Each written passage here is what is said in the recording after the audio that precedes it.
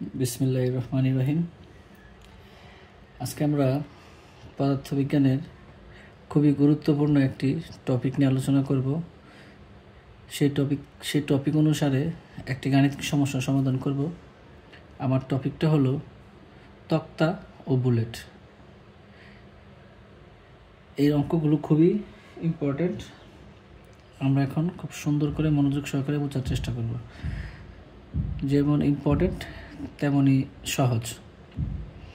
তাহলে দেখো, আগে আমরা প্রশ্নটা বোঝার চেষ্টা করি। বলছে 10 সেন্টিমিটার পুরুত্ব বিশিষ্ট 15টি তক্তা একটি বান্ডেল খাড়া অবস্থায় রাখা আছে। রাজু 400 মিটার পার সেকেন্ড বেগে 10 গ্রাম ভরের একটি গুলি ছুড়ল। গুলিটি 10টি তক্তা ভেদ করার পর তার বেগ অর্ধেক হলো। গুলিটি সব তক্তা ভেদ করতে পারবে কি? এখন এই সমস্যাটা আমরা সমাধান করব। আমি একটু প্রশ্নটা আবার আমার মতো করে বোঝার চেষ্টা করি। বলছে 10 সেন্টিমিটার পুরো যে একটা তক্তা, সেই তক্তার পুরুত্ব হচ্ছে 10 সেন্টিমিটার। এরকম 15টা তক্তার একটা বান্ডেল, মানে এক বান্ডেলে পরপর 15টা তক্তা খাড়াভাবে রাখা আছে। এখন একটা গুলি 400 মিটার পার সেকেন্ড বেগে এই তক্তার বান্ডেলে আঘাত করলো।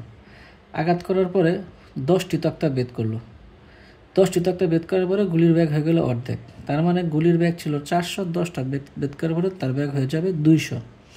এখন বলছে এই বাকি তক্তাগুলো ভেদ করতে পারবে কিনা, মানে সবগুলো তক্তা ভেদ করতে পারবে কিনা। দেখো, এরকম অঙ্ক আসলে তোমাদেরকে প্রথমে আমার মন্দন বার করতে হবে। কারণ কি, ব্যাগ হ্রাস পাইছে।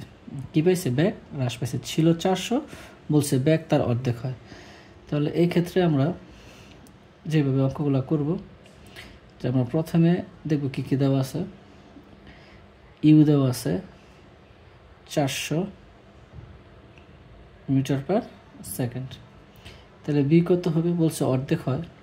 তাহলে 400-রে 2 দিয়ে ভাগ দিলাম, তাহলে দাঁড়াইলো আমার কাছে 200 মিটার পার সেকেন্ড। আর হচ্ছে S1 ধরি, কারণ প্রথমে 10টা তক্তা ভেদ করছে। একটা তক্তা যদি 10 সেন্টিমিটার হয়, তাহলে 10টা তক্তা হবে কত সেন্টিমিটার? 100 সেন্টিমিটার। এই 100 সেন্টিমিটার সমান আমরা কি জানি? 1 মিটার। এখন আমার এখান থেকে মন্দন বার করতে হবে। মন্দন বার করার ক্ষেত্রে আমরা মাইনাসের সূত্রটা ব্যবহার করব। আমরা জানি প্লাসও ব্যবহার করতে পারি, কিন্তু তখন মাইনাসে মান আসবে। V square equal to U square মাইনাসের 2a/s1। তাহলে 2a/s U square minus V square.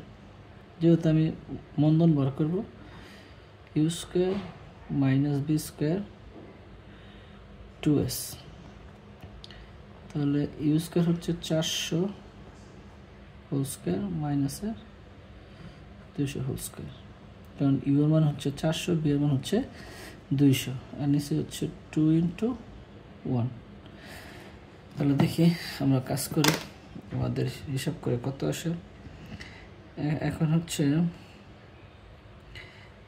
400 স্কোয়ারে আসে 1,60,000।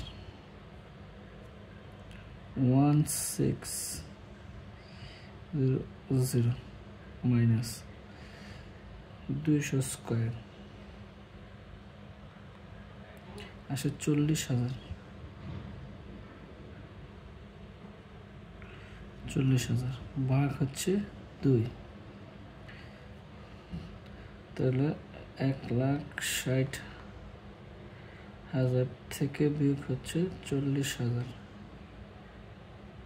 থাকে 1,20,000। এটাকে ভাগ হবে 2 দ্বারা। 2 দ্বারা ভাগ দিলে কত হচ্ছে? 1 লক্ষ।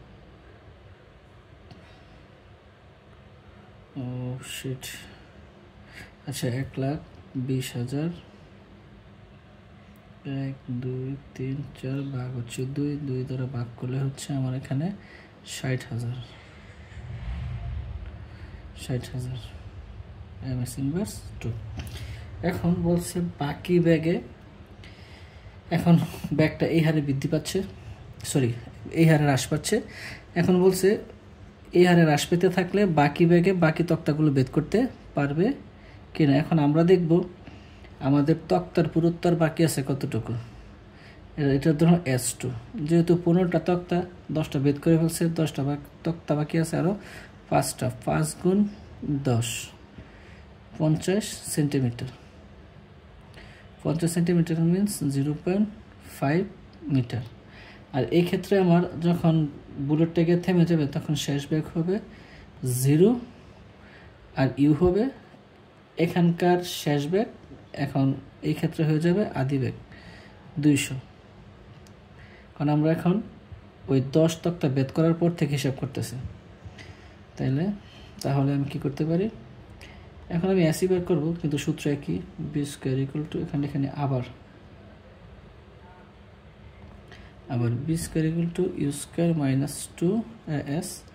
তাহলে আমি সরাসরি সাজায় লিখে ফেলি সূত্রটা, যদি এস বের করবো S2 equal to U square minus V square 2a। তাহলে এখন আমার ইউ এর মান হচ্ছে 200 স্কোয়ার মাইনাস হচ্ছে 0 স্কোয়ার আর 2 ইন্টু হচ্ছে 60,000। তাহলে কাজটা করে ফেলি, 40,000 উপরে হচ্ছে 40, 200 গুণ দিলে 40,000, 40,000 ভাগ হচ্ছে 1,20,000, 1,20,000। তাহলে তক্তা 40,000 আর এখন হচ্ছে দেখো এখন হচ্ছে 1,20,000, তাহলে ভাগ করলে হচ্ছে 0.33 মিটার। তাহলে আমার তক্তা বাকি আছে এখানে কত, 0.5 মিটার, আর বুলেটটি প্রবেশ করতে পারবে 0.33 মিটার। অতএব আমরা সিদ্ধান্তে আসতে পারি সবগুলো তক্তা ভেদ করতে পারবে না। এ ছিল আমার সিদ্ধান্ত। আমরা করে দেখলাম কি আমাদের তক্তাগুলো ভেদ করতে পারবে না। এরকম অঙ্ক তোমরা বাসায় প্র্যাকটিস করবা, খুবই ইজি অঙ্ক এবং গুরুত্বপূর্ণ, পরীক্ষা আসার সম্ভাবনা অনেকটাই বেশি। ধন্যবাদ সবাইকে, আসসালামু আলাইকুম।